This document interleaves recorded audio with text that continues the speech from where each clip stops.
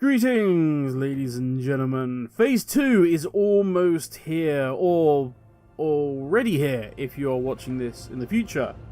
In which case, then this is the past. And if it's the past, have I been born yet? Should we just get into the video? I think that's just going to be best. Phase 2. Let's get into it. So we have, for the most part, enjoyed our start that has been Phase 1. We've been playing with new talent trees, trying to work them around our existing Covenant abilities, which are still active, which I'm not going to lie, has been a little bit of a mess. Also, of course, we've had our invitation to the Caverns of Time, giving us a chance to kill some world bosses and answer a couple of questions regarding WoW's history. But now is the main event. And for many, I imagine the centerpiece of this feast will be the Evoker dracthyr bird laid out in the center of the table, capable of playing as either a healer or a DPS, switching between humanoid and dragon form. They will have their own little starting zone in the Dragon Isles called the Forbidden Reach. Very much like the Demon Hunters in Legion, the dracthyr have been locked away and now must awaken into a world that has very much changed from the one that they remember. Upon finishing this area, they will emerge as a level 60 character. So don't worry, if you've already spent your boost on something else, you're not going to have to start worrying about leveling an Evoker from level 1 again. Also, to accommodate for the new Evoker, players' character limits have been raised by 10, now allowing for 60 characters in total. Yay, more alts. Now, for the big event itself, what is this pre-patch going to be? Well, it is called Primal Storms. This is the event that most thought was going to be coming in Phase 1, that we were all kind of looking for when we logged in, but it is finally now here. With this, we will be seeing a rise in elemental activity across areas of Azeroth. This will happen every 30 minutes, very kind elementals are so specific with their timing. The Elemental Lord will spawn, surrounded by a powerful shield that conveniently we can't break. They will also bring with them a number of minions, plus they will empower all of the native mobs in the area with whatever their special elemental power happens to be. Kill enough of these mobs, and the Lord will conveniently become killable, because he'll just drop his shield for some reason. But why bother with all of this? Well, the mobs and the Lord drop Primeval Essence. This is a currency just for pre-patch. More on that in a minute. If you're wondering what these various elementals are going to be, well, we have the Earth Elementals located in the Northern Barrens. The Fire Elementals have taken up residence in Terrestrial Glades. The Storm Ellies are loving Ungoro Crater.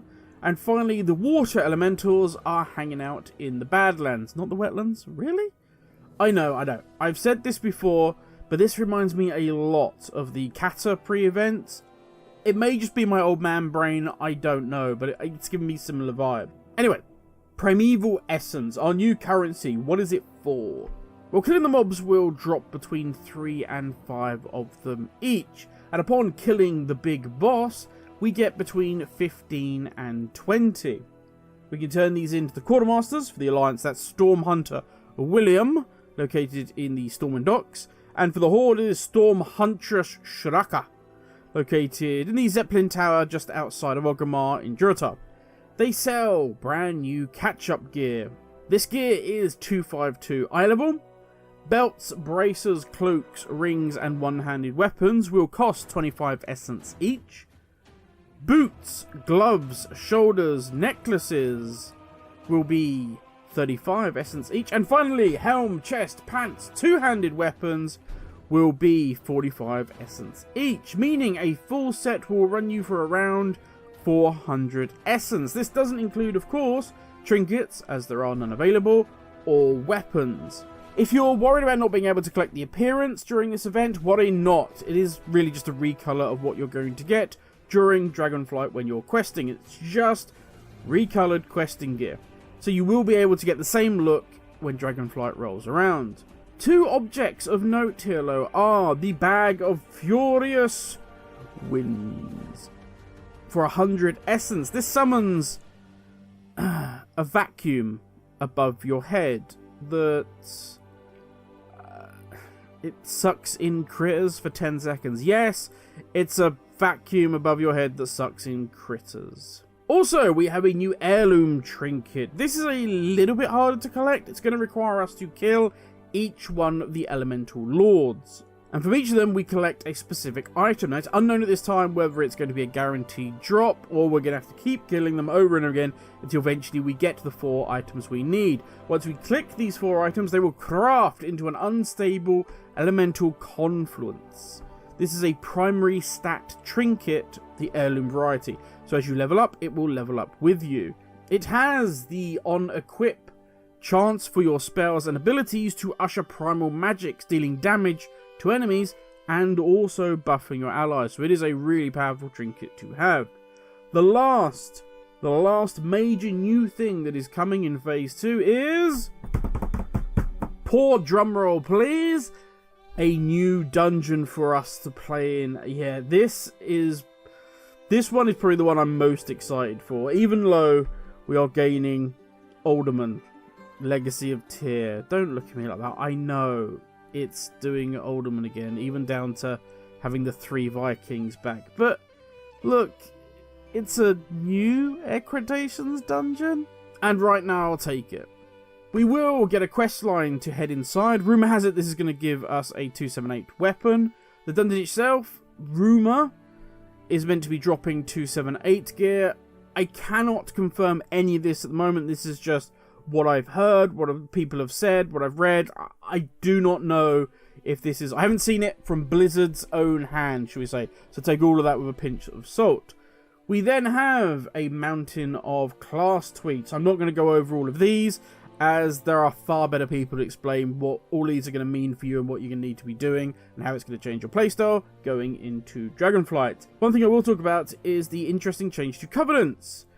If you remember Deepening Bonds, as we leveled up our renown, we got Deepening Bonds which currently gave us 2% stamina with each rank. Instead, we're losing that, so our health is going to go down and we are gaining 1% movement speed. Not gonna lie, I main a blood DK, so movement speed is actually a godsend, so yeah, thanks for that.